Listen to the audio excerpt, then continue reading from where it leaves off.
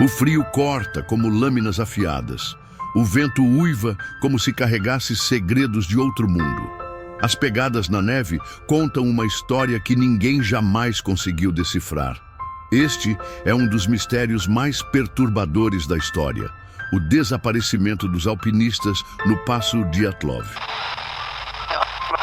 Em janeiro de 1959, um grupo de 9 alpinistas experientes partiu para uma expedição nos Montes Urais, na antiga União Soviética. Eles eram jovens, fortes e bem treinados. Liderados por Igor Dyatlov, o grupo incluía estudantes e graduados do Instituto Politécnico de Ural, todos experientes em montanhismo e sobrevivência em temperaturas extremas. Mas o que começou como uma aventura promissora logo se transformou em um enigma sombrio que intriga investigadores até hoje.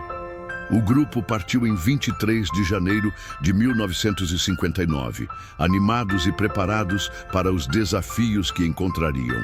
Seu objetivo era alcançar o Monte Otorten, um local remoto e de difícil acesso.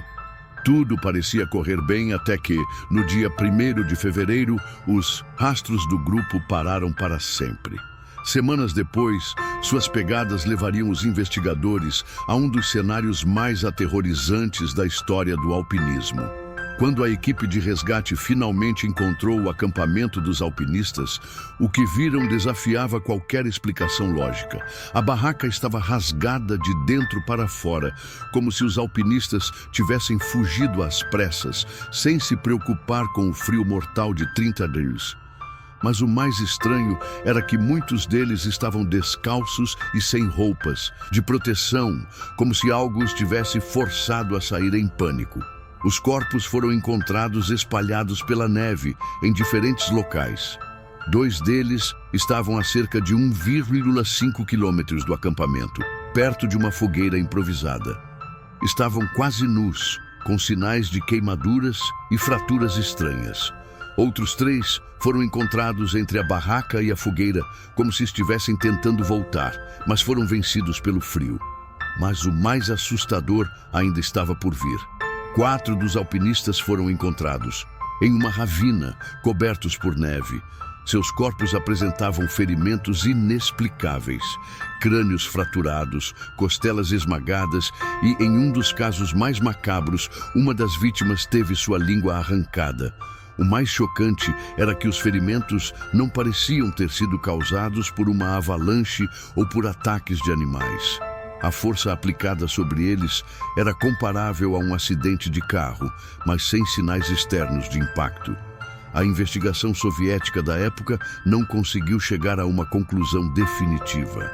A única coisa que os investigadores afirmaram foi que a causa da morte dos alpinistas foi uma força desconhecida e incontrolável. Isso só aumentou as especulações sobre o que poderia ter acontecido naquela noite fatídica. Teorias sobre o caso surgiram aos montes. Alguns acreditam que o grupo foi atacado por uma tribo indígena da região, mas não havia sinais de luta. Outros sugerem que testes militares secretos causaram suas mortes. Talvez uma explosão sônica ou radiação, pois algumas das roupas dos alpinistas apresentavam níveis anormais de radioatividade. E então, há aqueles que acreditam que algo muito mais misterioso aconteceu. Uma presença extraterrestre, uma criatura desconhecida ou um fenômeno inexplicável da natureza. Outro detalhe intrigante são os registros do diário dos alpinistas. Eles descreveram dificuldades climáticas, mas nada que justificasse o pânico visto na última noite. Além disso, algumas anotações sugerem que eles sentiram que estavam sendo observados. Isso levanta ainda mais perguntas. Quem ou o que poderia estar ali, naquela região isolada, vigiando o grupo? Há também o depoimento de outros alpinistas que estavam na mesma região e relataram avistamentos estranhos no céu naquelas mesmas noites. Algumas testemunhas viram luzes esféricas se movimentando de maneira incomum, iluminando a neve com um brilho antinatural. Seria essa a explicação para os altos níveis de radiação nos corpos? a teoria das armas secretas soviéticas também ganha força quando analisamos os documentos liberados anos depois. Algumas evidências sugerem que a área do Passo Dyatlov poderia estar sendo usada para testes de armas experimentais. Ondas de choque, frequências de som ensurdecedoras ou até mesmo projéteis de alta velocidade poderiam ter causado os ferimentos brutais nos alpinistas.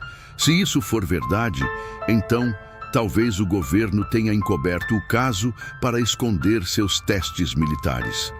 Há ainda a teoria de que um fenômeno natural pouco conhecido pode ter causado o pânico do grupo. Alguns cientistas sugerem que o vento intenso poderia ter criado um efeito chamado vórtice de Kármán, produzindo um som de baixa frequência capaz de induzir pânico extremo nos alpinistas, levando-os a fugir descontroladamente de sua barraca. Outro detalhe misterioso envolve o último rolo de filme encontrado na câmera de um dos alpinistas. Algumas imagens mostram rostos assustados, como se estivessem fotografando algo inexplicável.